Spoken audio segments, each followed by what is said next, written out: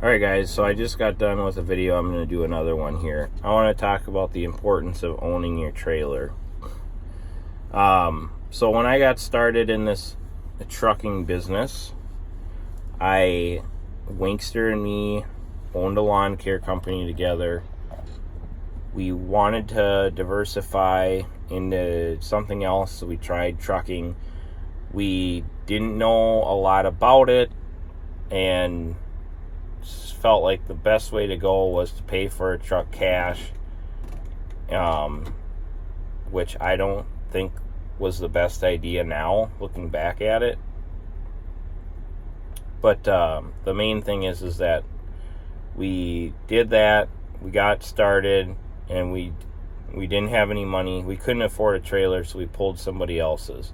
Now, the reason that I feel like it's very important to get your own trailer, even if it doesn't seem like you're making that much more money, because everybody that I worked with at the time that worked for that broker and that still works for that broker or is doing something else, they always say, well, it's only, at the time it was 10 or $8 more an hour. It's only 10 or $8 an hour more. It's not worth the headaches. It's not worth the hassle. And I'm thinking to myself, at the time I didn't really know, but I kind of thought, because my goal was to get away from the broker as well. So really, it was, if the broker was taking 20%, then he was taking 10. In the rate was $100 an hour, which I don't know what it was then, or whatever, or what it is for them now. But, and I was making $80, so that'd be $20. I'd be making $20 more, because my intention would be to have my own clients. But the main thing is that $10 an hour, when you're putting in the type of hours that truck drivers put in, is a lot of money. And if you don't want to deal with the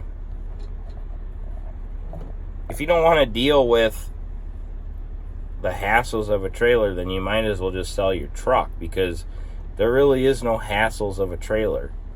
I mean, you gotta grease it, and for me, like end dumps and side dumps, which I don't have, and belly dumps, and like more specialized trailers, there's, like a cylinder could go out. That's like your biggest expense on an end dump, pretty much. I mean, unless something really, really, like something really bad happens. But otherwise, if you're just like a normal thing that could go out is a cylinder, and they're like $2,000, which, so if you think about it, you got a $2,000 cylinder, and you got tires. So you got, let's just say you're buying like crazy nice tires for your trailer. So you got $3,000 in tires and $2,000 hoist. You're at $5,000, and then I'm gonna switch from percentage rather than the $10 an hour, because it's easier for me to do the math. So let's just say a truck can do $150,000 a year. That's what the broker's billing out. So then they take 20%, which would be $30,000, and then let's say you stay with that broker, but you have your own trailer. So then you get to keep $15,000. So you got you give yourself a $15,000 raise by going out and getting a loan for $300 on a trailer, and then you can write it off anyways. And then, worst case scenario,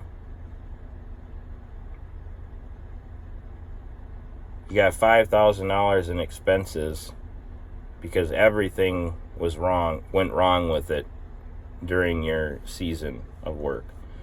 So I feel like in the trucking business, one of the most important things that you can buy is a trailer. Now the reasons for that is because, one, you have control of your own destiny when you have all of your equipment. You can take your equipment and leave and go somewhere else. Now, also, you would need your own authority, but that's another topic for another day. So it's important because then it gives you options. Number two is, as far as depreciating assets go,